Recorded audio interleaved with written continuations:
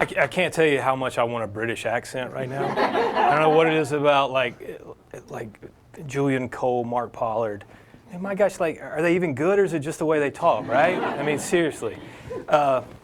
Quinn, thanks for having us, man. This is my first time here. This is a lot of fun. This was a lot of fun to think about.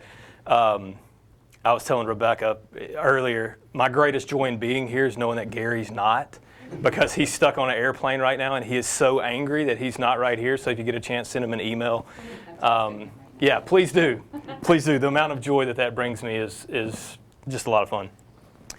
So Quentin said you have 6 minutes to talk about a 10-year journey. I said, well, I hope nothing's going to fire out of a cannon when 6 minutes is up, because this is a lot to talk about. But this was a lot of fun to prepare. So what I'm going to talk about is why the beginning starts with the end, the building of $1 billion company. About 10 years ago, a friend of mine named Paul, who's a bald-headed white dude who's had a beard since birth and has the characterizations of an 8-year-old, just think Fruit Loops. This is what he is, but he's a dreamer. And I knew the call was going to come one day where he was going to call me and just say, hey, man, it's time. And I wish this was like a Homeland moment or a 24 moment where this big explosion happened and something cool was happening, like a superhero. But he said, it's time to go. And I knew what it meant because I'd worked with him for a couple of years and I knew he was onto something big. And so he said, come to St. Louis, we're going to have a talk about my vision. And so what his vision was creating a world-class real estate company. And he said, we're going to have hundreds of agents across multiple states. We're going to sell more recreational land than anybody in the United States. And we're going to build $1 billion company. And I said, great. How can I help? And he said, well, I need you to build a plan. And I was like any good marketer, I lied. Yeah, I've built $20 billion companies. We're gonna knock this out tonight, bud. And so we started that journey, and it was a lot of fun. And this slide's really important for one primary reason. Strategy doesn't happen without research. And when we started doing our homework, and we're looking at competition, and we're the new kids on the block, we've got a real opportunity to do something cool. And what you see in these giants here are companies who are multi-billion-dollar companies that they were competing against, who were spending tens of millions of dollars on marketing. And as anybody who follows Mark Pollard would understand, you got to have strategy. What is strategy, right? Anybody? JC, I'm putting you on the spot. What would Mark say if we were right here? What is strategy? Yeah, so an informed decision. What we needed was an informed decision. That informed decision turned out to be, we got to own the word hunting land. While the conglomerates were talking about TV, they were spending millions of dollars on print. What we had to figure out is how consumers were thinking. How were they going to act, not now, but 5 years from now? And so what our team decided was, we're putting all our eggs in the basket of own search. Become the organic incumbent for hunting land. We're going to own it. Everything we do is going to focus around that.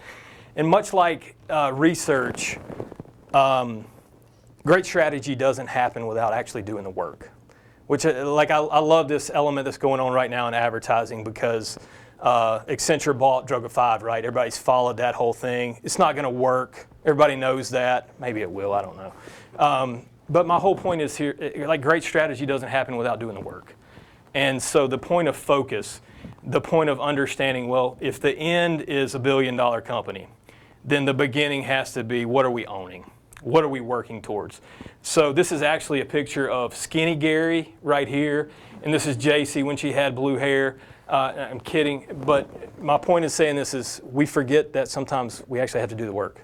Thinking is a part of it. Executing is another part of it. So how did we do? Over a 10-year period, year 1 we grew 30%. Year 2 we grew 30%. Year 3 we grew 30%.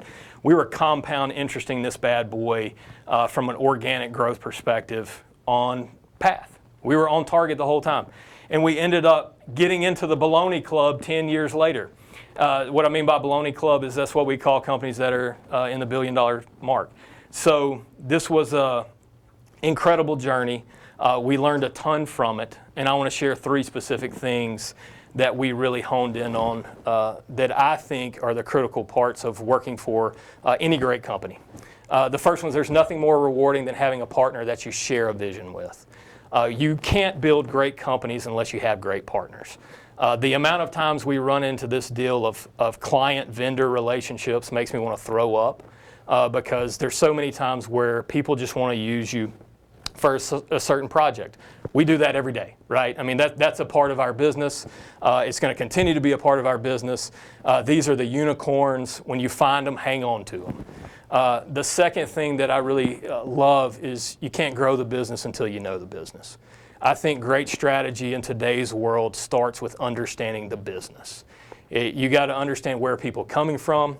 A lot of what you were talking about is a part of that. You have to understand what your competitors are doing, how you're different. What is the insights that are going to change the way you think about this? What is your hunting land moment? If your end is $1 billion company, if your end is profitability, if your end is 25 employees, how do you get there? You got to understand the business. You have to understand the game that you're playing. And the last thing that I'll share with you is the most powerful insights often lie where others are afraid to look.